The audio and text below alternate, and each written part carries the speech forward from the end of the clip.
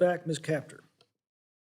Thank you, Mr. Chairman, and for your efforts to bring us all together today, and to our ranking member, Mr. Boyle, as well. Many years ago, President John Kennedy said, "If a free society cannot help the many who are poor, it cannot save the few who are rich." America cannot endure if its leaders shape a government that is largely of the rich, by the rich, and for the rich. This particular Republican proposal does exactly that. This budget is a betrayal of the people living in the middle and working classes of this country. Frankly, it is shameless.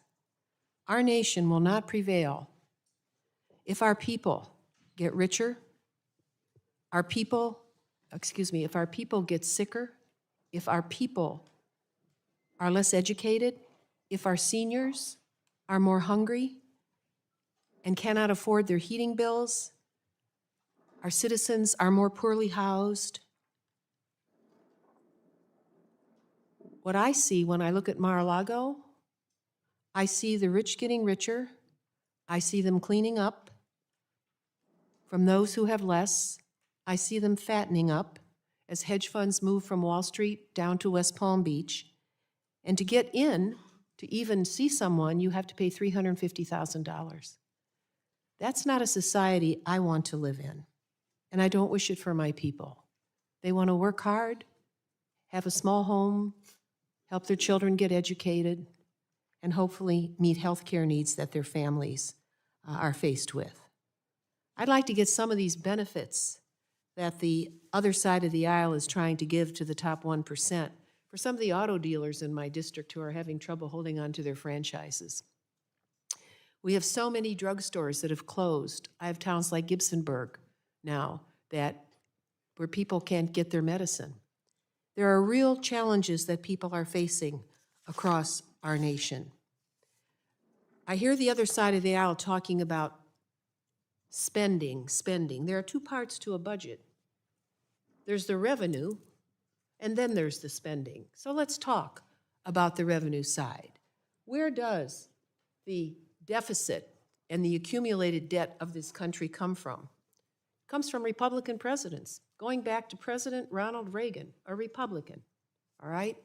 I actually kind of liked him, but I didn't like the debt he left us with. 3/4 of the debt, the accumulated debt of this country, is due to Republican presidents who didn't pay for their spending.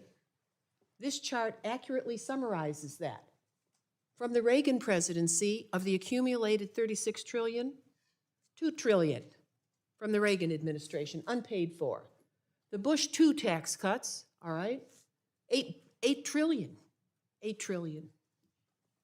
Trump tax cuts, and those are accumulating, they're going to accumulate faster, another $2 trillion. And then the wars started by Republican presidents, but unpaid for, $8 trillion. All right, folks? So if you start looking at all of this, and then unfortunately we faced the pandemic and the Great Recession back in 2008 to 2009. We still haven't recovered from that, okay? That we owe ourselves in a way, but we couldn't predict what the housing market did. That was a financial market meltdown caused by the richest people in this country. And there are still empty homes around my part of the world that haven't been able to be rehoused because of what happened there. So you're talking there about 7 million from the Great Recession as well as the pandemic, which wasn't paid for, $4 trillion, because people weren't working.